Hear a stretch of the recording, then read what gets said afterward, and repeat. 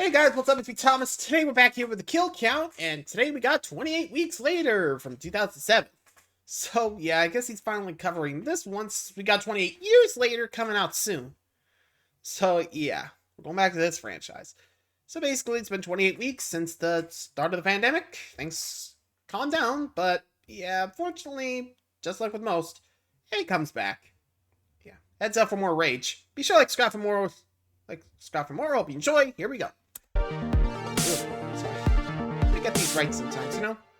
Welcome to the Kill Count, where we Hey, tally James, up how the you doing? victims in all our favorite horror movies and show you how they were made. I'm James H. Denise, and today we're looking at 28 Weeks Later, released in 2007. After 28 Days Later made over 10 times its budget, producers started zooming towards a sequel right away. It was initially pitched as a prequel called 29 Days Later, which would take place during the initial outbreak. There was an idea that it was to take place in the 28 days between the original outbreak and when the first film started, and it was all going to be about a team of British Marines trying to rescue the Prime Minister and the Queen. But the final concept went in the opposite direction, taking us many weeks after the outbreak to a clean, infection-free London. As the end of the first movie showed, people with the rage virus eventually starved to death. This sequel takes place after that's happened en masse, as London attempts to repopulate. Unlike the eerie isolation of the first film, Weeks features a whole-ass colony of survivors. Makes the movie a lot bigger, but to keep things grounded, it hones in and focuses on a family, one that may hold the genetic key to a rage cure. But of course, thanks to human error, it's not long before the rage virus is up and running again.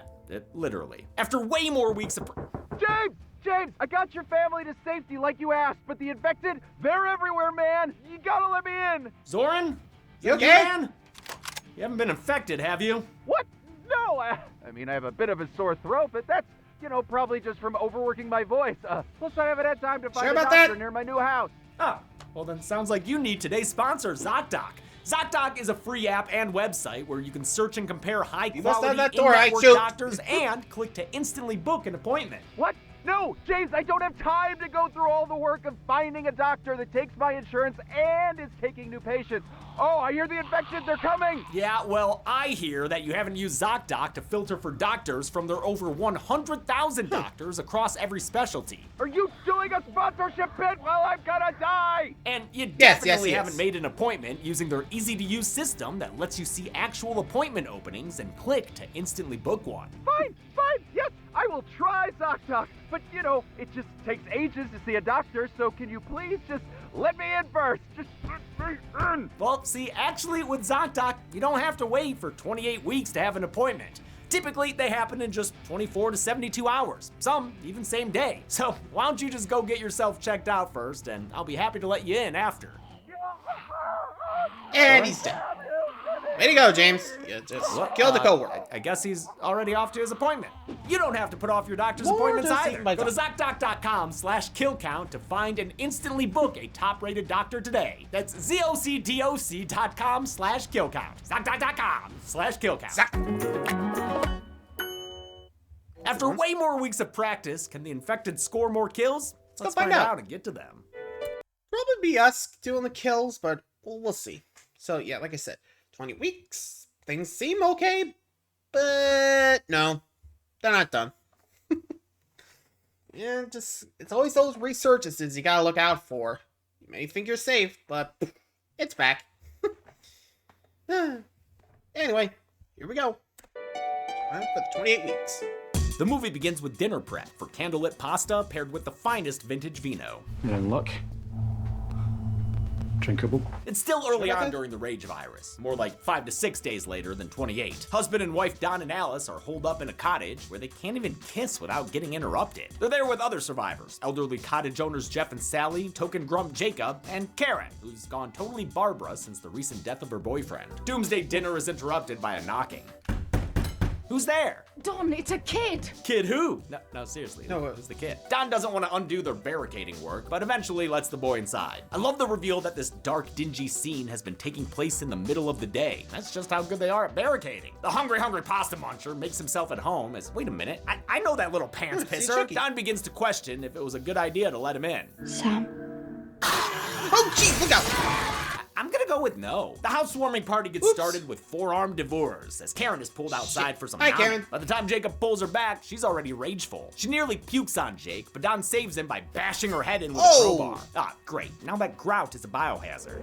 More infected pour into the house as Don fights them off, giving the other survivors a chance to escape. Alice and the kid get separated and head upstairs, while everyone else makes it to a barn. Jeff fails to Hodor and is overcome by the wave of infected. Jacob makes it up to a loft, but Sally takes too long mourning her husband and joins him as a result. Just as a reminder, within this franchise, we don't count infections as kills. A person who contracts the rage virus isn't technically dead and could theoretically be cured one day. It's different than zombie movies where a person dies to become a zombie. Because remember, the infected aren't zombies. A lot of people call them zombies, but they're infected. But fine, just infected. call them zombies, I don't care. But hey, Hawkeye says you can still call him that. Don manages to crowbar one intruder to death, but he can't stop the onslaught of rabid ragers. He heads upstairs to get Alice, but his Braveheart wife refuses to leave the stranger boy behind. Puts Don between the rage and a hard place. Don! Help us! Shit. Sorry. Oh, holy shit, he does not! Instead, he hardcore parkours the fuck out of there. Damn, Don, dude, that was your wife. And some kid. As a reprise of the kick-ass In the House in a Heartbeat plays, the house gets overrun behind him. Not even NECA-vision can make Don look back. He is hell-bent on surviving. This epic opening scene is what everyone remembers about this movie, and no wonder. It kicks ass. It was partly shot by Danny Boyle, director of the first film, but his work was mostly second unit. He was too busy with Sunshine to direct the whole movie, so he recommended commercial director Juan Carlos Fresnadillo, based on his debut feature Intacto. It was the Spanish director's first English language film. Why me? I'm not Londoner, I'm not English, I don't know the city. Yeah, sometimes it doesn't matter. But they were looking for somebody who introduced, a kind of fresh vision in the concept. That fresh vision had assistance from OG writer Alex Garland, who helped with rewrites and on-set dialogue changes. Don makes it to the dock where Jacob's getting ready to cut loose. He hijacks his pleasure cruise and kinda condemns him to death. Ha, classic Don. Jacob must have swapped spit with a mare zombie because he gets infected. So Don turns his old chum into new chum using the outboard motor. As he gets away, Don's left saying what we're all thinking. Oh shit! Oh shit! Oh shit!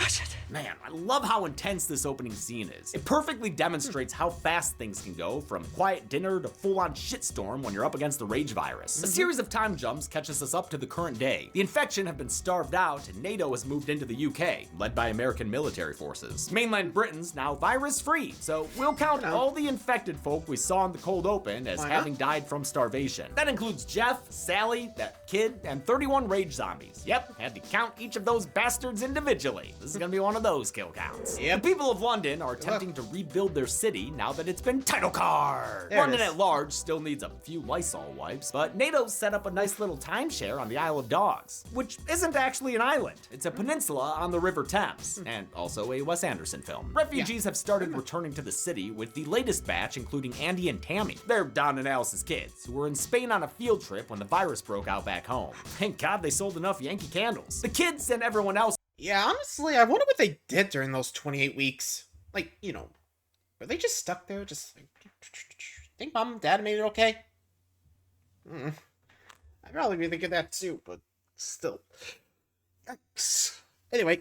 Arriving have to live in District 1, aka the Green Zone, a sonic-sounding protected area they learn about on a tram tour. We have hot and cold running water, 24-hour electricity, a medical center, a supermarket, and even a pub. Hey kid, pay attention! She's about to do a funny bit with Fallon on the TV. The Green Zone is played by Canary Wharf, a building complex on the Isle of Dogs that's part of London's Central Business District. Fresnadillo shot for 9 weeks in the UK's capital, shooting mostly in the city and East London, with a week in Hertfordshire for the opening cottage scene. I'm probably saying that wrong, sorry. Andy and Tammy are the first ever children to be admitted into the Green Zone. It's an unwelcome surprise for Chief Medical Officer Scarlett. No one told me that we're now admitting children. They're so sticky! The issue is swept aside by her no-nonsense boss, General Stone, who says they can handle any virus resurgence. If it comes back, we kill it.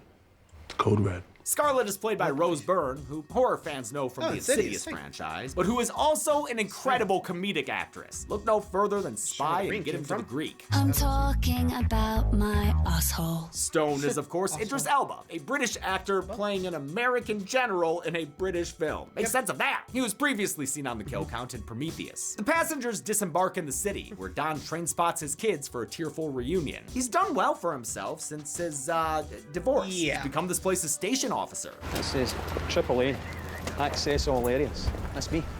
I basically run the place, you know? Damn, he's got a sweet gig, a literal suite to live in, and he never has to think about that time he abandoned his wife to die. What happened, Dad? To Mum? Ah, well, 2 out of 3 ain't bad. Don mostly tells the truth, but lies and says he saw actual biting take place. Doesn't mention the whole running away thing either. So much bullshit, his wife interrupts the movie to complain. I tried to go back. But, you know, kids are dumb, so they fall for it. Good job, Don. Smooth sailing, as long as they don't have a breakdown or anything. Too late. Keep it together, man. The Americans are swinging their big sticks around to keep peace in the green zone. They've got a team of 24/7 rooftop snipers, which includes Jeremy Renner as Sergeant Doyle. It's a thankless job, but they keep themselves entertained. Fat guy, jerking off in the toilet. Oh, bug nuts. Him again. I saw him yesterday. Doyle also lets off steam by jump scaring his friends, like helicopter pilot Flynn. Flynn's played by Harold Perrineau, current star of From and previous Father of the Year in Lost. Doyle, the sniping Tom, keeps a very watchful eye over the city. Ooh, and is that Cupid's crosshairs I'm seeing? With that kind of vigilance protecting them, Don's kids sleep tight and don't let any bed bugs or rage-infected folk bite. Still, they miss their mom, and he's afraid he'll forget what she looks like. Yeah, probably, if she keeps ripping her face off in his dreams. Tammy decides to assuage his fears by plotting to get a picture of her. At first light, they go all Metal Gear Solid to sneak out of the safe zone and tee-hee their way into danger. They're too busy living an indie dramedy to even care if they get sniped. They find a crashed moped to really shore up the whimsy. Tammy nabs the keys from a bastard Skelly delivery boy. Here, brother, put on this dead man's helmet and let's go! The kids have a wistful journey back home free of traffic lights, looking like Harry and Lloyd on their way to Colorado. For these shots of a decimated London, production designer Mark Tildelsley took inspiration from photos of real-life disasters, like Hurricane Katrina and the London Blitz. The kids find their old house exactly how they left it. Spare key in the garden, photos on the fridge, and springy death trap out back. Ha, their trampoline is just like mine from when I was a kid. No safety net or even a cover over the springs. Mine also had like a foot-sized hole. We still have ours. Backyard wrestling, extra dangerous. Aw, look at 12-year-old me. While bouncing, Andy sees movement in the creepiest room of the house and decides to check it out all alone. He finds crosses on the wall, maggots on the table, and a feral woman in the corner. Oh shit, wait a minute, that's a feral mom! I knew it. You have been living like nuke and aliens. Mama Alice has forgotten uninfected etiquette, so she hugs Andy a bit too hard. It sends him fleeing to a heavily armed hazmat team that just showed up. They take her back to District 1 for a screamy, steamy shower and some medical testing. The kids are similarly quarantined until Daddy Don is informed. We found your kids. Awesome! Cheers all around! We found your wife, too. Oh, that's super. That's great. Seriously. As you might expect, his kids aren't thrilled about being lied to. You said you saw her die. Don says he didn't use those exact words, which, you know, is true, but like I said, kids are dumb. They don't care if you're technically correct. But science backs up the Donster. Alice was bitten and really should be dead. There's no question, sir. She's infected. She has the virus. She's infected. As it turns out, she is infected, but she's immune to its effects. She's an asymptomatic carrier, someone who has a disease and can spread it, even though they personally don't suffer from any symptoms. Scarlet believes that Alice's genes might help them develop a cure. Alice and Andy's genes, actually. They both have heterochromia, an inherited trait that gives you different colored eyes. General Stone is like, sure, nerd, do whatever tests you need to. But they probably should have protected this potential scientific miracle a little bit more. Because in waltzes Donnie come lately, abusing his clearance level to visit his wife. He may be a coward sometimes, but Don's given a lot of humanity thanks to Scottish actor Robert Carlyle. I'm so sorry. I'm scared. I shouldn't have run away. Against all odds, Alice forgives Don for letting her die, and they reconcile by swapping spit. It's a sweet moment, or rather, it would be if this virus wasn't transmitted through body fluids. And there's a lot of fluids being transmitted. And there we go. This is the worst post-nut clarity of all time. Don hulks out around the hygienic honeymoon suite, and it is honestly horrifying. Dude does the hereditary head bash and attacks his wife in one of the most uncomfortable kills I've ever seen. Feels a bit too much like domestic abuse. Him punching her in the face like that. Then he bites her neck. The infected are a lot more bitey in this one. I don't know why. Don ultimately kills Alice by giving her the old Jimbo special, which I guess is tradition now. Hope they keep the gouging going in 28 years later. Don escapes and continues his makeout spree with a couple of soldiers outside. Neither of them get back up, so we'll go ahead and count these as fatal hickeys. General Stone. Yeah, honestly, if I see someone acting like that with double blood, I'm just shoot first, ask questions later, considering we had a synectic and he's infected, so yeah. Bye, bud. Bye, bud. Oops. You'd think they would go up a security. Like, didn't I think that was gonna happen? I guess not, but still, that's on the soldiers and Don for basically abusing it and forgetting. Anyway. Stone immediately initiates Baja Blast protocol, and the kids end up stuck in quarantine. Everything's fine. Don't worry. I'll be back in a moment. 3, 2, 1. Man, never say you'll be right back, because you won't be back. Yep, true. I mean, at least technically you were, but luckily, good neighbor Scarlet lands a headshot. Yep, there we go. Before he can cause any minor damage. She leads the kids past the chaos and another dead soldier she presumably domed with extreme prejudice. But she's no match for a mosh, so Andy gets swept away to a demonic stairwell. He finds himself in an underground parking garage, getting locked in with the other panicked evacuees. And just when he finds the perfect corner to sulk in, lockdown procedures turn out most of the lights and something starts bumping in the dark. Uh-oh. Don't open that, maybe kid. NATO sent some pizzas Don't down there? open that. Warned you. It's just that damn undeadbeat Dan again. Hector Carlisle's no stranger to people eating since he was a cannibal in 1999's Ravenous, which we covered on the podcast. He'd already worked with Boyle on Train Spotting and turned down the role of Major West in 28 Days Later. What sold him on the sequel was the family unit and Fresnadillo's emphasis on the inner lives of the infected. Not that they were easy to play. Playing an infected person was, I wasn't really looking forward to it, to be honest, because I know that it's difficult, you know, with contact lenses and covered in blood and stuff like that, so you're kind of aware that from the outside that it looks great, you know, but when you're actually doing it, it's hard work, you know. Yeah, it's not just as simple as making zombie noises, Rose. I still love you, Rose. Donnie works overtime, turning the garage into a blood rave that would make Blade red with envy. Thank fucking Christ we're not counting infections. Yeah, no kidding. They made this as hectic as possible with those flashing lights. Andy climbs into the nearest air duct so he doesn't die hard and waits out the worst of it. As the fresh brewed zombies and remaining humans breach containment, NATO forces try to target the infected needles in the haystack. The bullets find their first victim and officially get this repocalypse started. Doyle and the other snipers start playing Spy Party. It gets very hard, very fast. Still, doesn't stop them from knocking off 8 infected in the initial charge. All that practice invading privacy paid off, boys. Good work. Unfortunately, things quickly go foobar, and Stone decides to let loose with the collateral damage. Knock them all out. Shoot everything. Targets are now free. Target free, target free. We've lost control. Damn, dude, they haven't even reloaded yet. Gotta ease them into the war crimes, my man. Scarlet and Tammy manage to find cover, but when Andy finally gizmos his way to freedom, In the House in a Heartbeat starts up again. Historically, not a good sign. Sure enough, the snipers start raining hot lead on the crowd below. Rooftop units, target everyone at ground level. No exceptions. Repeat, no exceptions. In a sequence that's more disturbing than any of the blood puke stuff, the snipers gun down 14 unarmed civilians. Literally in one guy's case. It is honestly sickening to watch. This highly effective sequence is no doubt informed by when this movie was made. Awash in the war on terror and the Bush regime's fight against global terrorism. Stone's perspective is one of utility. Is it worth killing 15,000 to potentially save the population of the world? I don't know, but it gives 28 weeks later a different sense of doom than its predecessor. Doyle is having a major moral crisis, especially when he gets Andy in his sights. So instead, he pops an attacking rager, slathering the kid in bad blood.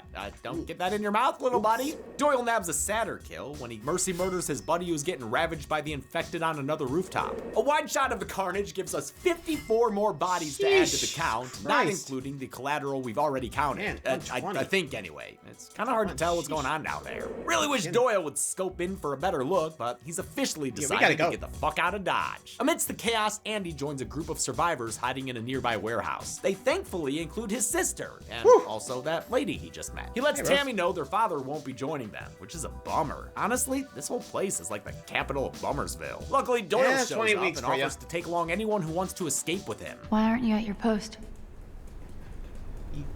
Why aren't you? Hey, you two. Save the sparks for the company Christmas party. He leads Scarlet, the kids, and some other meatbags on a nighttime trek out of the green zone. This nocturnal mission was shot day for night, like a lot of the first film. It helped the city look more abandoned, since the real London had all its lights on at night. You can spot some untreated footage in the original trailer. It's one of many ways cinematographer Enrique Chediak tried to maintain the grit of 28 Days Later, even though their cameras were a lot sleeker this time. Enrique did a lot of handheld. I mean, he got beat up every day. Blood always on the camera. It's always covered in plastic and right in the thick of things. Doyle calls on his eye-in-the-sky Flynn for a traffic report, and it is looking like quite the jam down there. The air cab, they just got their orders. They're firebombing all of District 1. Oh no, someone saved Jack Quaid! Flynn tells Doyle he only has 4 minutes and directs him to a pickup point outside the city. Only problem is, some of Doyle's co-workers are still clocked in. A hail of sniper fire kills 2 of the red shirts while the rest of the group takes cover. Scarlet takes a hit to the leg.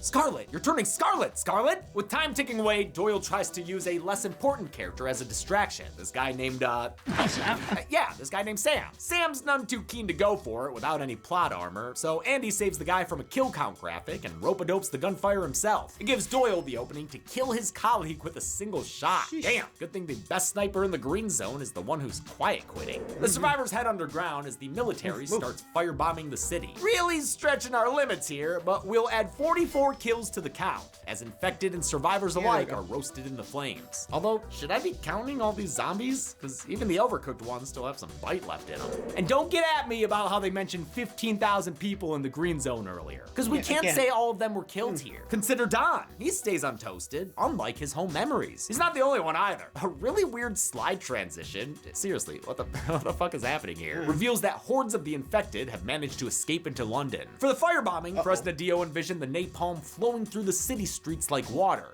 Less wall of fire like Independence Day, and more like the flooding in The Day After Tomorrow. To achieve the effect, special effects supervisor Richard Conway built quarter-scale miniatures of the city. They set them at 90 degrees and burned them vertically to create the illusion of flowing fire. That footage was then combined with aerial plates and blue screen footage of stuntmen by visual effects supervisor Sean Matheson. A fireball nearly cuts the movie short, but our heroes make it out unharmed. They take refuge at an extremely British carnival, where Scarlet and Doyle get a chance to debrief. She tells him that Andy's genes might hold the cure for the rage virus. He tells her how much he misses his favorite store. It's not a target anymore. Flynn interrupts their budding situationship to let him know they've got an incoming infected horde. He takes the helicopter to a nearby farm to pick him up, but he's only expecting a party of 1 and refuses to honor companion certificates. He's okay with a little light treason for a friend, sure, but not these randos. As they negotiate, Sam panics and finally makes a name for himself by hopping on the chopper and fucking everything up. The commotion attracts the nearby infected, forcing Flynn to take drastic measures. Come on, you fuckers! In an impressive aerial maneuver,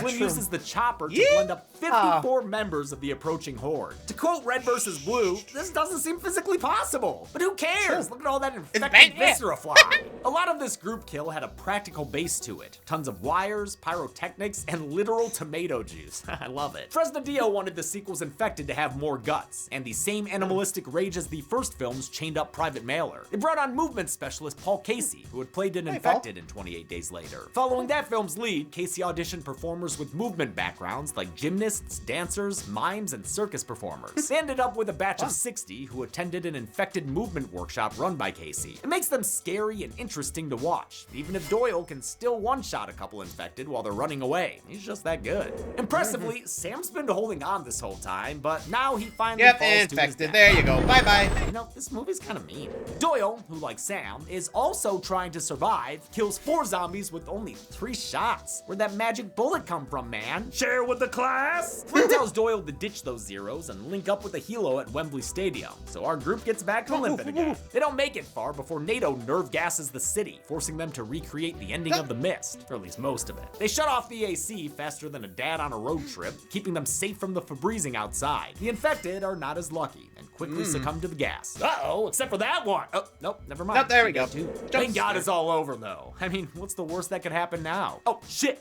ghost pirates with flamethrowers! They're here to double torch any survivors, so it's pretty bad timing that the car won't start. Someone needs to get out to push it, so Doyle volunteers. He steps out and manages to give the car a boost before going down in a blaze of glory. Roast in peace, buddy. Roast in peace. Scarlet puts the pedal to the metal and Tokyo drifts away. They're spotted by an even less friendly chopper pilot than Flynn, but Scarlet manages to outdrive the bullet storm and take him to the London Underground. Instead of simply Tony Hawking the car down the escalators, Scarlet leads the kids on foot with Doyle's thermal scope. Tons of bodies down here, but as you can see from behind the scenes footage, they're all just clothes and bastard scallies, meaning I don't need to count them. Scarlet helps the kids avoid the remains with a game of red light, green light. Nice and slow. Slower.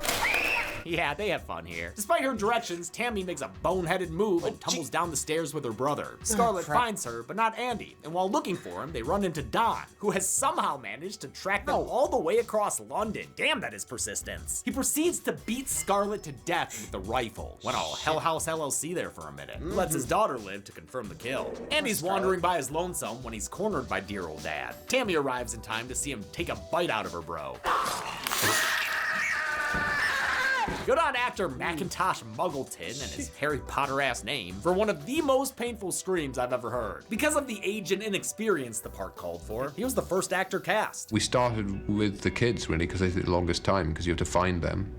A lot of searching in schools and stuff, and we found this great kid, Macintosh. He gives Andy an authentic haunted quality, even before the zombies show up. Tammy arrives, and the disappointment in her eyes reminds Don so much of Alice, he gives up gnawing on Andy just to kill her, you know, for old time's sake. But Tammy proves she also inherited her mom's guts by spilling her dad's all over the station with a gun. Tammy is played by a 17-year-old Imogen Poots, who would later be the festive final girl in the remake of Black Christmas. Fearing the worst, Andy tries to get away from his sister before he turns. Am I one of them? But he's not only inherited his mother's eyes, but her immunity to symptoms too. Lucky them. Together, the siblings walk across post-apocalyptic London to Flynn's pickup spot at Wembley Stadium. They couldn't film at the real Wembley since it was undergoing renovations, so they shot this scene at Millennium Stadium in Cardiff and digitally altered the footage. Flynn's not thrilled to be babysitting, but you know, what's he gonna do? Go home empty-handed? Then who will tell everyone about his sick helicopter skills? True. They fly over what's left of the burning city and out to sea, towards Europe, where everything is still A-okay. Haha, psych! Andy must have forgotten to wash his hands after eating a baguette or something, because looks like Paris is ground zero too.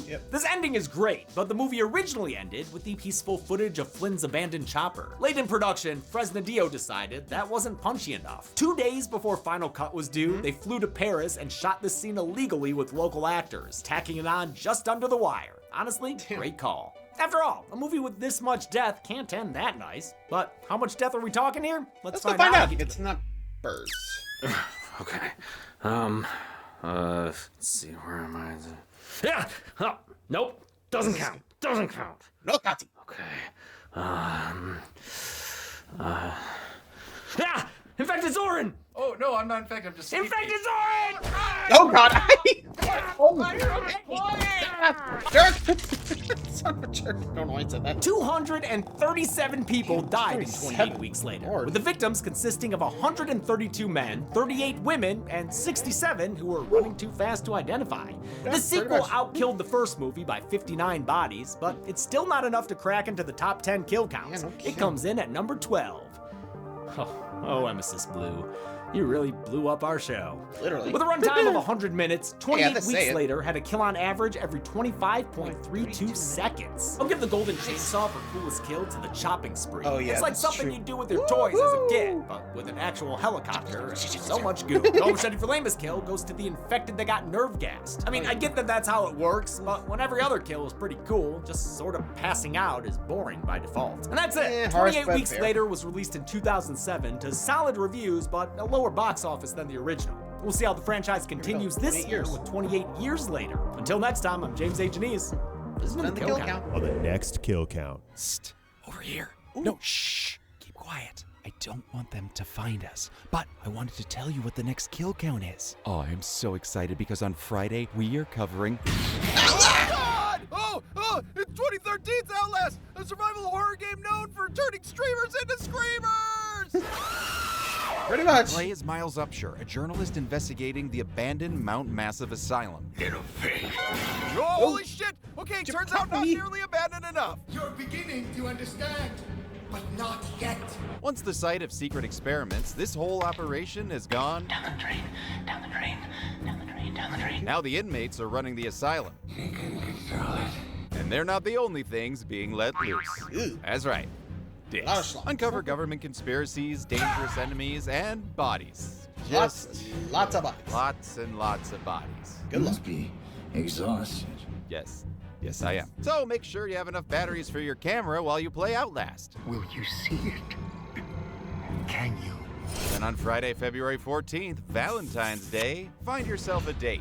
I didn't want to have to do this to you. Oh, God, no, not like that. Not Please, over- just sorry. use your night vision to make sure to see the kill count only on Dead Heat. Want me!